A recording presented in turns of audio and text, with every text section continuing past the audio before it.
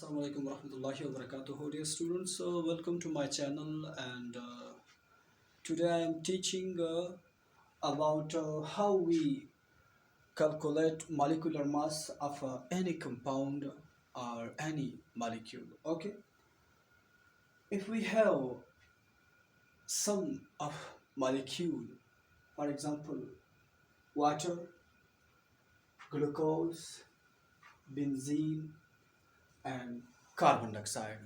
Okay, अगर हमसे पूछा जाए इसके बारे में कि आप मॉलिक्यूलर मास मालूम करें वाटर का, फिर हमसे पूछा जाए आप मॉलिक्यूलर मास मालूम करें बेंजीन का, फिर ये पूछा जाए कि ग्लूकोज का मॉलिक्यूलर मास मालूम करें, और फिर ये कि कार्बन डाइऑक्साइड का मॉलिक्यूलर मास मालूम करें, तो ये बड़ा आसान है।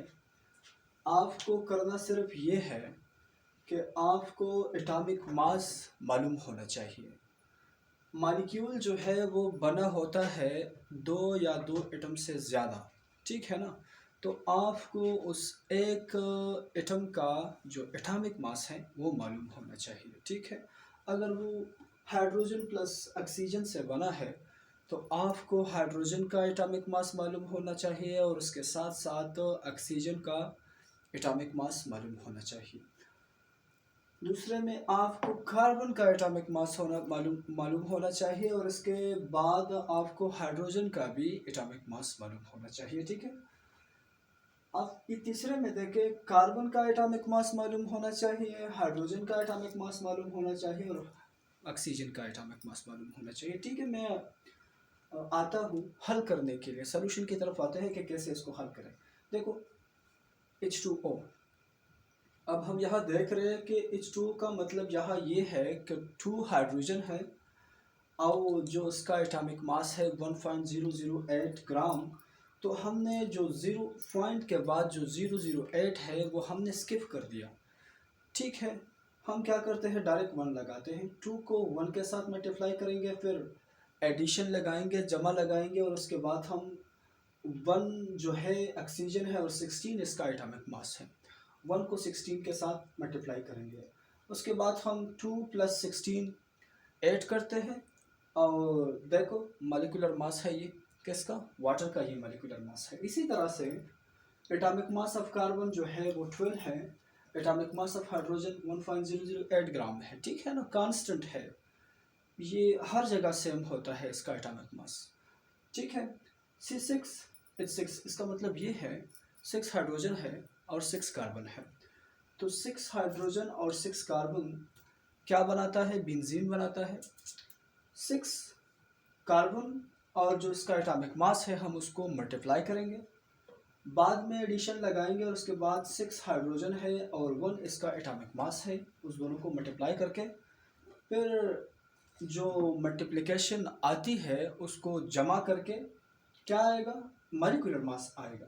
अब देखिए यहाँ कार्बन का एटॉमिक मास 12, हाइड्रोजन का एटॉमिक मास 1 एंड ऑक्सीजन का एटॉमिक मास 16 है। इसी तरह से हम 6 कार्बन को इसके एटॉमिक मास से ज़र्ब करेंगे, मल्टीप्लाई करेंगे, 12 हाइड्रोजन को इसके एटॉमिक मास से हम मल्टीप्लाई करेंगे, और 6 ऑक्सीजन को हम इसके एटॉमिक मास से मल्टीप्लाई करेंगे, और फिर बाद में जो मल्टीप्लिकेशन होगी तीनों की 72, 12 एंड 96, उसको हम ऐड करके उसका मॉलिक्यूलर मास हम निकालेंगे। ओके, ये जो ग्राम पर मोल है ये इसका यूनिट है, जिस तरह का यूनिट मास का होता है ग्राम, और बड़ा जो यूनिट है उसका किलोग्राम है, ठीक है।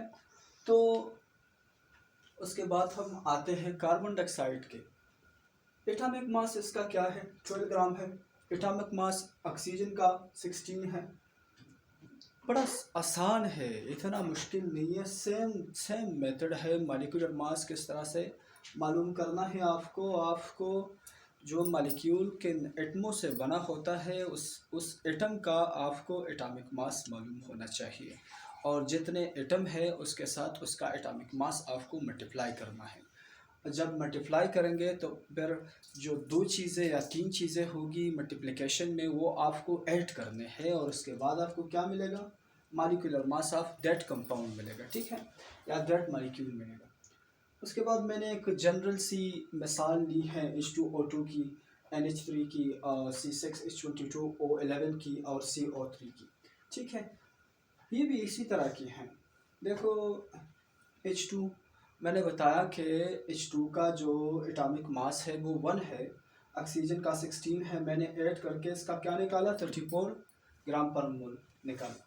अब NH3 का इनका जो एटॉमिक मास है वो 14 है। ठीक है, और आपको तो हाइड्रोजन का मालूम है कि 1 है, उसको हमने वो तरीका इस्तेमाल करके 17 ग्राम फार्मूला मास निकाला, ग्राम फार्मूला मास निकाला। यहाँ पर हमने ग्राम फार्मूला मास निकाला। ठीक है, NH3 एक आयनिक कंपाउंड है, तो इसलिए हम इसको मॉलिक्यूलर मास नहीं कहेंगे, फार्मूला मास कहेंगे। ठीक है, ये याद रखें। मॉलिक्यूलर मास ऑफ C6H12O11 का अगर हम मालूम करेंगे तो कार्बन का भी एटॉमिक मास मालूम है हमें, हाइड्रोजन का भी एटॉमिक मास मालूम है, ऑक्सीजन का भी एटॉमिक मास मालूम है। उसके साथ एटॉमिक मास हम मल्टीप्लाई करेंगे, फिर ऐड करेंगे, वो जो मल्टीप्लिकेशन हमारे साथ आएगी।